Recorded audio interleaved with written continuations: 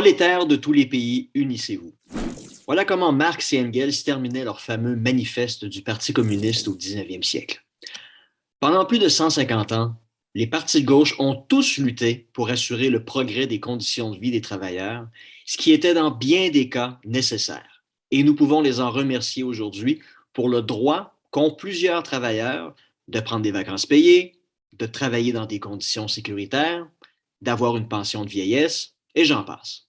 Bref, les partis de gauche ont œuvré pendant toute cette période de temps pour les travailleurs. Ce n'est plus le cas aujourd'hui.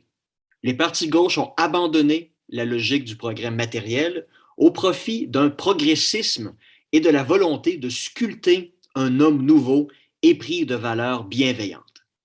Il n'y a donc rien d'étonnant à constater qu'au Québec, la gauche politique, qui est organisée principalement autour de Québec solidaire, a des députés là où il n'y a tout simplement plus de véritables travailleurs. Car les vrais travailleurs qui gagnent 45 000 $ par année n'habitent pas la Haute-Ville de Québec, ni le plateau Mont-Royal, où le prix de l'immobilier ne leur permet pas de s'y installer. Cela n'empêche toutefois pas nos amis solidaires de continuer à réclamer le droit exclusif d'être supposément le Parti des travailleurs. Leur hypocrisie n'échappe plus à personne.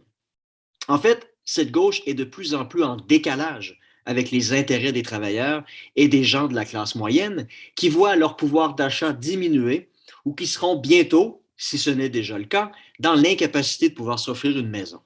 Non, la gauche québécoise cherche plutôt à défendre des valeurs post-matérialistes, c'est-à-dire des valeurs que l'on peut se permettre d'adhérer une fois que l'on sait que la satisfaction de nos besoins de base sont satisfaits grâce à un généreux salaire, à l'opposé des valeurs matérielles qui portent davantage sur la capacité de remplir son frigo de nourriture et de pouvoir faire ses paiements à temps.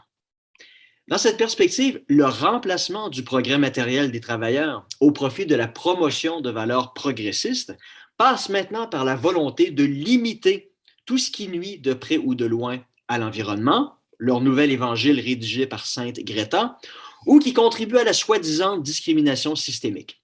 Un concept fourre-tout qui permet désormais à quiconque de se voir traité en victime et de bénéficier d'un traitement spécial. Or, ces valeurs sont en décalage avec ce que souhaitent les travailleurs, dont la vulnérabilité au moindre soubresaut politique demeure grande. Une hausse de l'inflation, une hausse du prix de l'essence, une hausse des taux d'intérêt, ces gens sont réduits inévitablement à couper dans quelque chose pour se maintenir à flot. Pendant ce temps, les gens de gauche parlent d'interdire la tonte des pelouses au mois de mai ou l'utilisation des barbecues au charbon. Ce décalage est visible au Québec et ailleurs, comme en France où les régions qui votaient anciennement à gauche ont cessé de le faire depuis maintenant plusieurs années.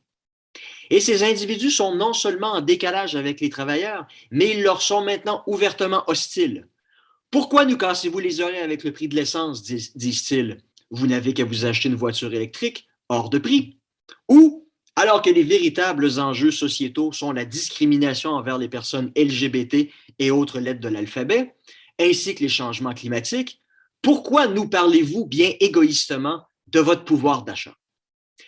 Alors que les anciens politiciens de gauche avaient les deux pieds bien ancrés dans la réalité des gens ordinaires, leurs successeurs actuels vivent sur une autre planète. La raison est que ces personnes n'ont jamais véritablement travaillé avant de faire le saut en politique. Combien de députés de Québec solidaire étaient plombiers ou employés dans un entrepôt avant de se faire élire? Combien?